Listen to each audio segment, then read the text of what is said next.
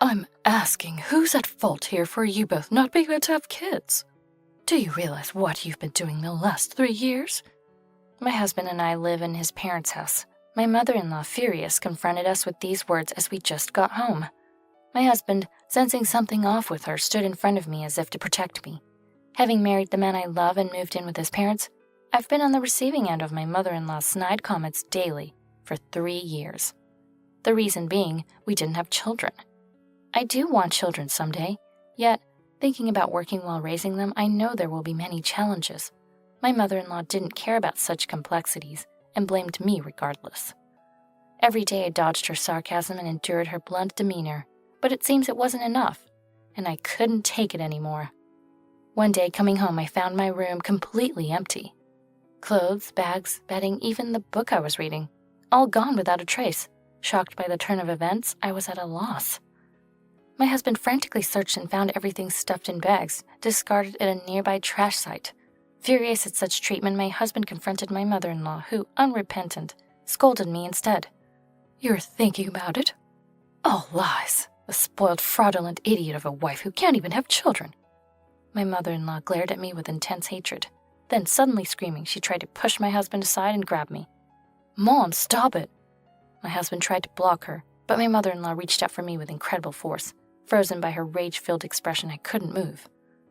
A daughter-in-law who can't give me grandchildren is useless. Just go back to the countryside. My name is Nicole. I'm 31 and currently work for a company. Leaving my rural hometown for college, I experienced city life for the first time. Living alone, I focused on my studies.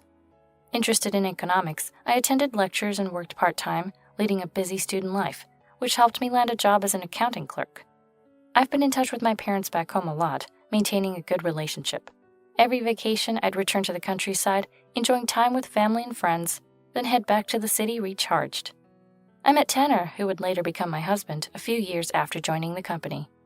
He's 3 years older, working in the planning department as a principal. One day at a company event, aimed at building good workplace relationships, I ended up sitting next to Tanner by chance. Though we didn't have much in common initially, casual conversations revealed his personality, and I eagerly engaged him in dialogue.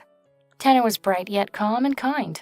I was completely drawn to him and started making overt gestures, like always greeting him when I saw him at work, or coincidentally catching the same train home. Like a middle school girl trying to catch his attention. Eventually we started going out for meals after work, and after a few dates, he asked me out. I was overjoyed. Being noticed by Tanner, whom I admired, felt like being called to heaven. Our relationship flourished, leading to an engagement. First, we visited my hometown for a family meeting. Both my dad and my husband were nervous, their faces red, but they hit it off over shared interests in alcohol and food. Our future seemed smooth and problem-free. Visiting his parents' house, I met my mother-in-law, Irene, for the first time. She welcomed me with a smile. She made an effort to ease my nerves by bringing up various topics, including my hometown. I felt genuinely reassured by her warm and kind demeanor. Okay, I'm gonna use the restroom, said Tanner, feeling it was safe to leave us alone.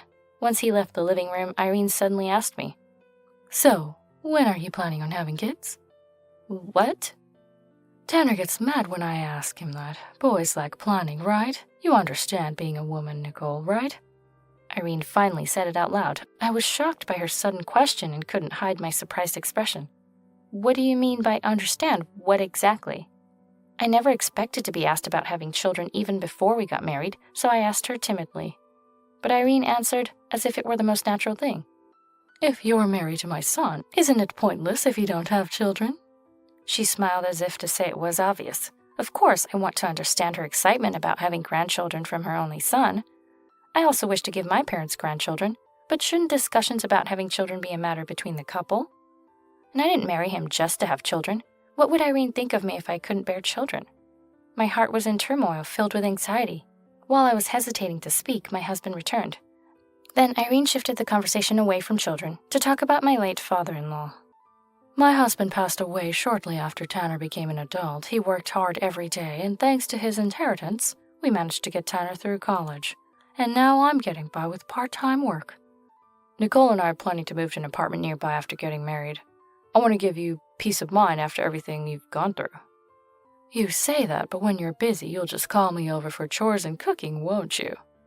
Tanner and Irene were having a lively conversation. I couldn't forget the earlier conversation and managed a nervous smile. Then the conversation shifted to trivial complaints about her part-time job and how hard it was because she had to stand all the time.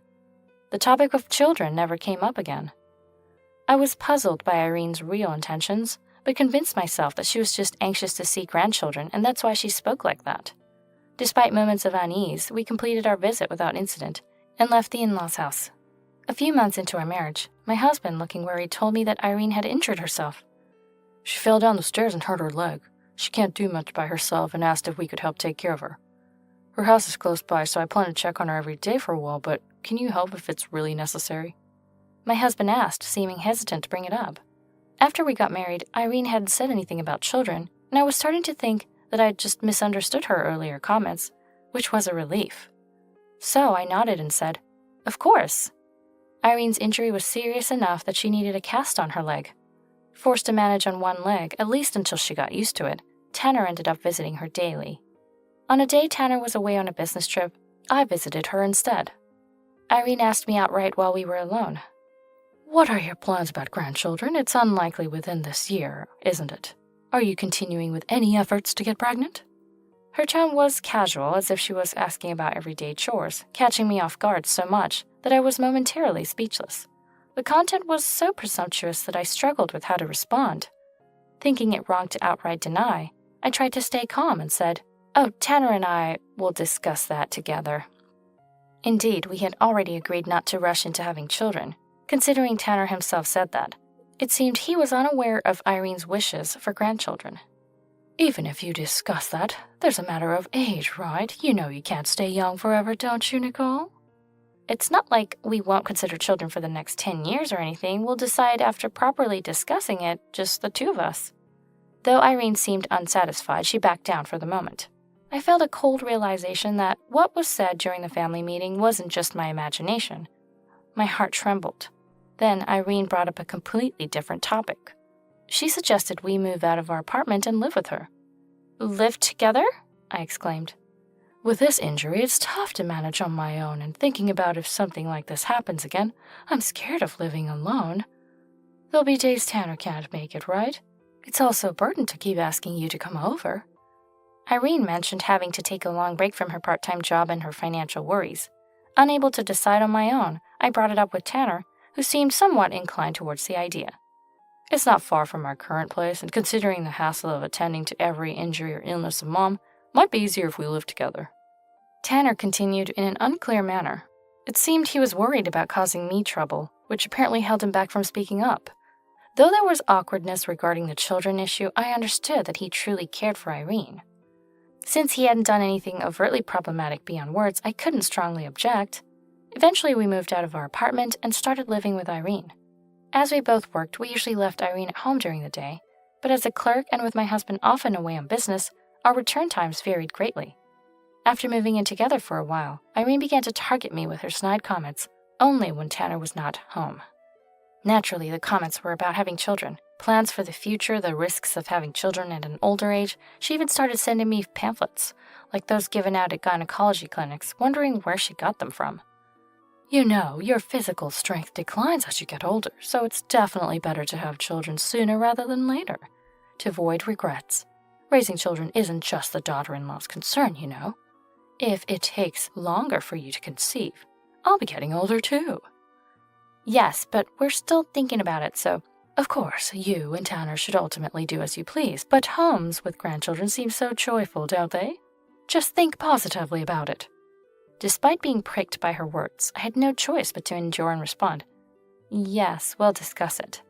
Living in the in-laws' house, I couldn't afford to be kicked out. I considered talking to Tanner, especially now as he was approaching a promotion and was very busy. Not wanting to add to his worries, I ended up bearing it alone. Eventually, Irene's foot healed, but then I was already wishing to stop living together and was discreetly looking for an apartment nearby to move out. Yet, just days later, Irene injured her arm. She couldn't dodge a falling object at her part-time job and had to put her hand out to break her fall. I was called from work to help with the hospital visit and paperwork. Tanner, having been informed, was waiting with a worried look. As soon as she saw Tanner, Irene clung to him, half crying. "I'm really sorry, and Nicole, too, for causing trouble due to my carelessness. Mom, don't say that. How's your hand? Does it still hurt? There's no pain. I've got painkillers. To think I've had such a series of accidents. I wonder what's going to happen next. Tanner comforted her, saying, It's okay, it's just a string of bad luck. For a while, Irene pretended to cry. Then lifting her face, she turned a smile towards me.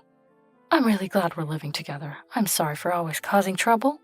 I'll try to help around the house as much as I can, but it's hard with just one hand. Nicole, don't be mad at me, okay? No, it's fine. I'm just glad your injury isn't serious. I managed to respond, but I guessed Irene didn't feel bad at all. However, I couldn't just leave an injured person alone, so I continued to take care of her. Her hand injury wasn't severe, as long as she didn't lift heavy objects or move it excessively. Household chores and daily activities shouldn't be a problem. Yet Irene seemed to have gotten used to leaving everything to me. Nicole, about today's dinner, I don't want anything greasy. Also, anything that requires a fork and knife tires out my hand, so I'd prefer something I can eat with a spoon. How about beef stew?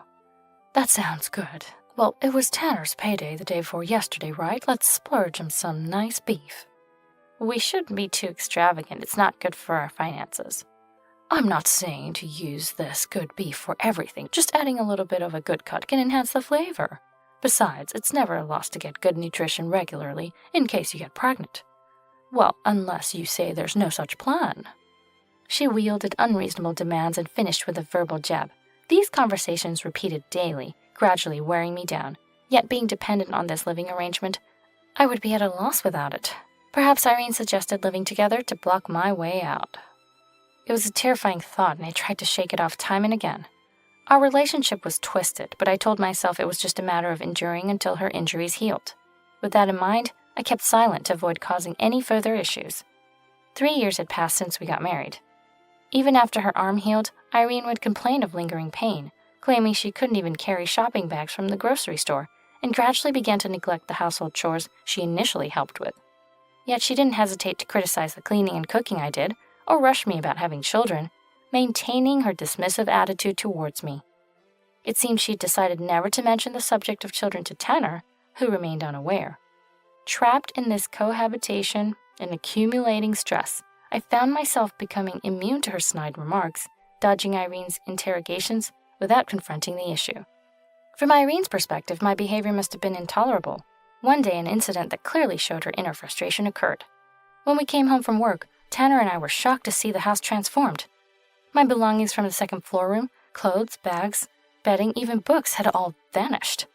It wasn't ransacked by a thief, but cleared out, as if movers had targeted this room alone, leaving a neatly arranged empty space. What's going on? Tanner, clearly shocked, hurried to check the other rooms, the shed in the yard, and around the neighborhood.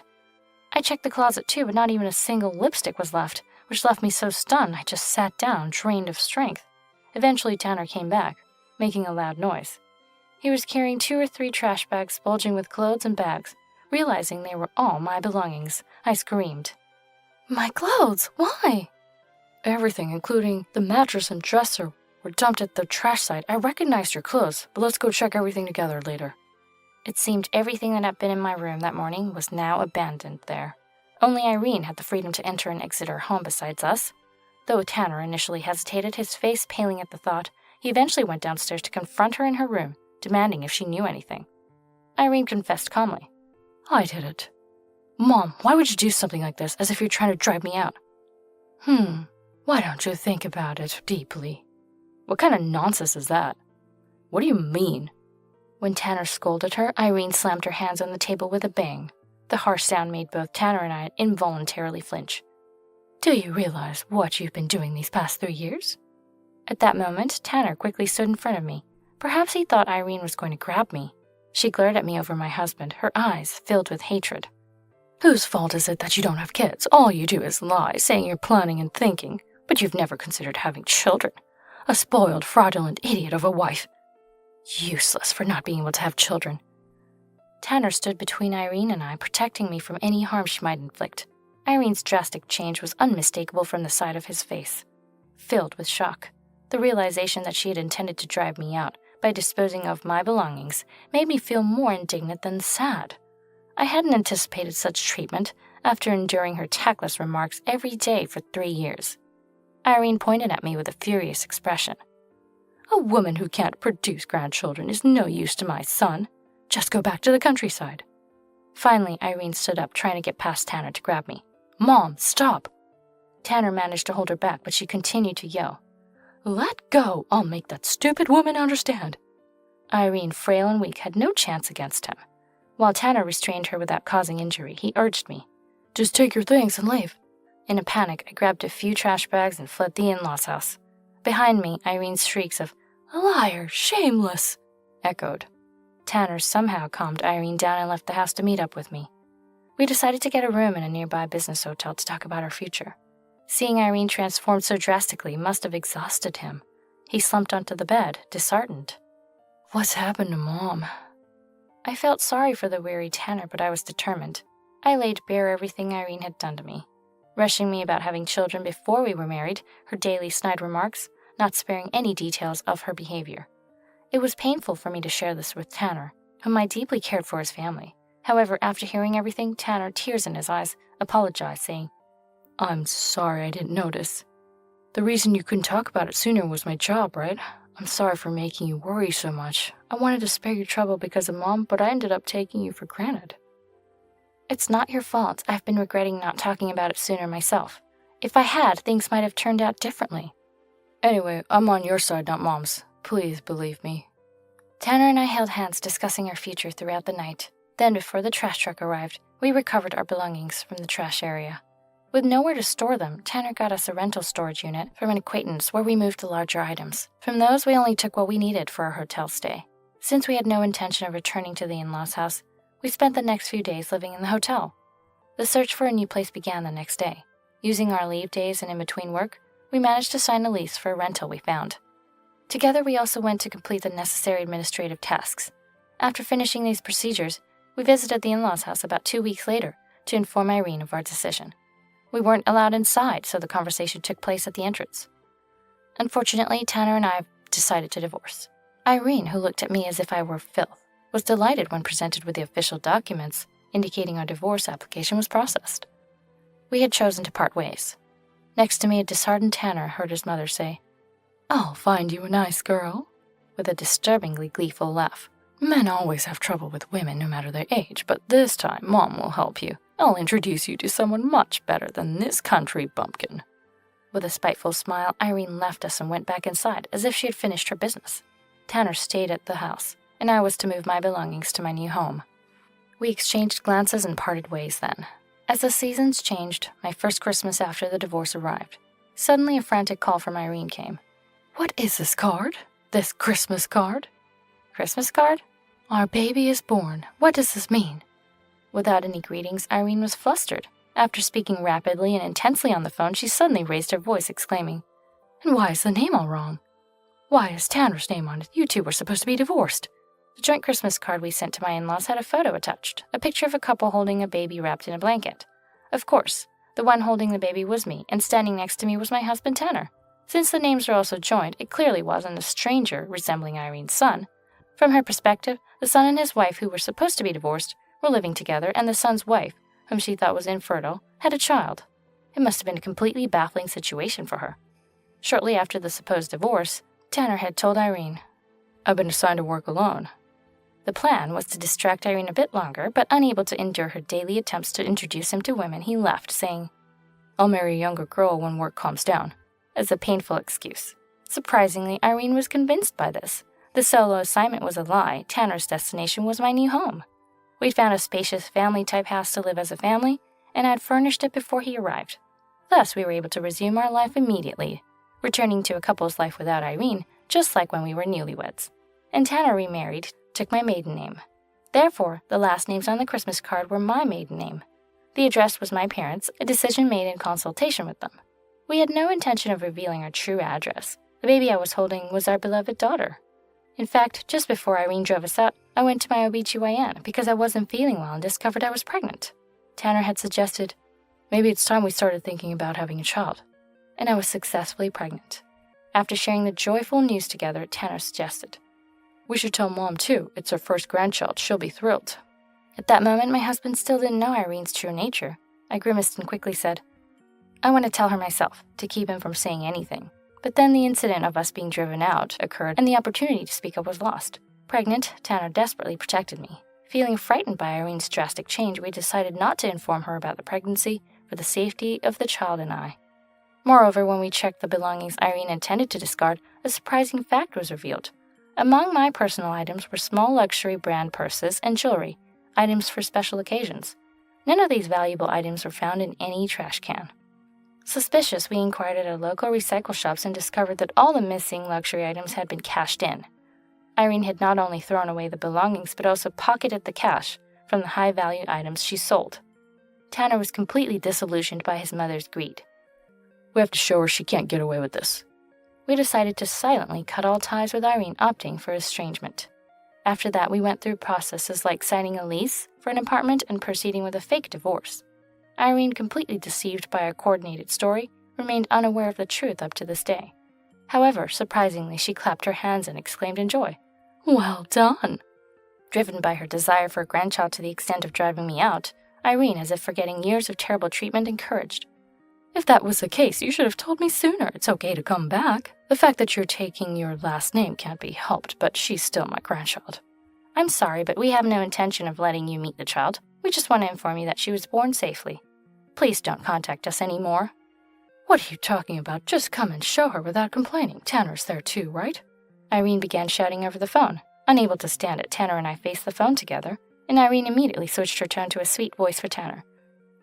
"Oh, isn't Nicole terrible? Misunderstandings between a son's wife and mom happen in every family, right? I'm saying I'm forgiving her, so bring the grandchild and come back soon. Your mother has hurt her back and I can't move." But my husband wasn't deceived and responded fatly. You said the pain from your arm injury was constant until just before we were about to divorce, but if you can carry a heavy dresser down from the second floor to the trash, I doubt a backache is much trouble for you." Faced with Tanner's cold rebuttal, Irene fell silent. He added more. "I know we've been lied to a lot. I can't trust you anymore. I don't want to see you, nor do I want you to see our child. We've moved far away. Please don't come looking for us. I don't want to raise our child to be a liar or a thief." "A thief? Tanner, how can you speak to your mother like that?" Irene might have been at a loss for words, but when accused of being a thief, she raised her voice sharply. I quickly interjected. "You sold my purses and necklaces without permission, right? I could report that as theft. Even though it's family, it's still punishable by law according to the lawyer I consulted." My stern words made it clear she couldn't escape, and silence returned from the other end of the phone. In fact, I'd already contacted a lawyer who confirmed it would constitute theft. Among the items sold were heirlooms from my deceased grandmother and my engagement ring. Although we couldn't get those irreplaceable items back, we managed to demand and obtain compensation without filing a police report. Through a lawyer, we somewhat understood why Irene was so desperate for a grandchild. It was because she was envious of a coworker of a similar age who always boasted about her grandchildren. Irene's part-time job environment was highly cliquey, and she competed as a dominant personality. Trying to compete with another wealthy coworker, she secretly bought brand items, pushing her into financial strain. Thinking, "If I'm throwing them out anyway, they won't be missed," she sold my belongings. After all her manipulations, Irene ended up estranged and alone. Later, she genuinely fell down the stairs and got injured. Unable to live alone, she ended up staying with relatives of the deceased father-in-law. Due to the move, Irene quit her part-time job, but she's still of working age. Yet at the relative's house, she complains loudly about having to work with another incomprehensible old person, becoming a nuisance to the entire family. Even though her injuries have healed, there's still outstanding compensation to be paid. The need to work longer hours seemed to be a bigger issue than the relationships at her former part-time job. And with her personality, it's easy to imagine she would struggle in a new workplace as well. At one point, we, along with our daughter, visited my parents' home. They greeted our adorable granddaughter with a warmth I'd never seen before. Despite causing various troubles, including the divorce and my husband taking my maiden name, my parents have always been supportive of us, even from afar. Having such a supportive family likely made it possible for Tanner and I to face Irene. As spring arrived, my husband's hard work was recognized, and he finally received a promotion. I plan to get a certification and take the promotion exam as soon as I return from maternity leave. Our cheerful and beautiful daughter is growing up healthy and strong. We finally achieved peaceful and fulfilling days.